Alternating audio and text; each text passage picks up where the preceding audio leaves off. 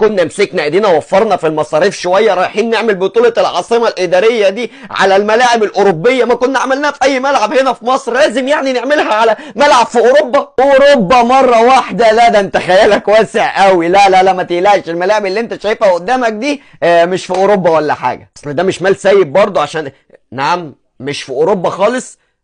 برضو يعني كنا لازم نروح يعني نعملها في اسيا، وكنا شفنا اي ملعب عندنا في مصر يا جدعان لازم يعني نروح اسيا نعمل فيها بطوله. فده دماغه عاليه وخياله حلو قوي. لا يا حبيبي الملاعب اللي انت شايفها قدامك دي مش في اسيا، لا لا مش في اسيا خالص، ما تقلقش اطمن مش في اسيا.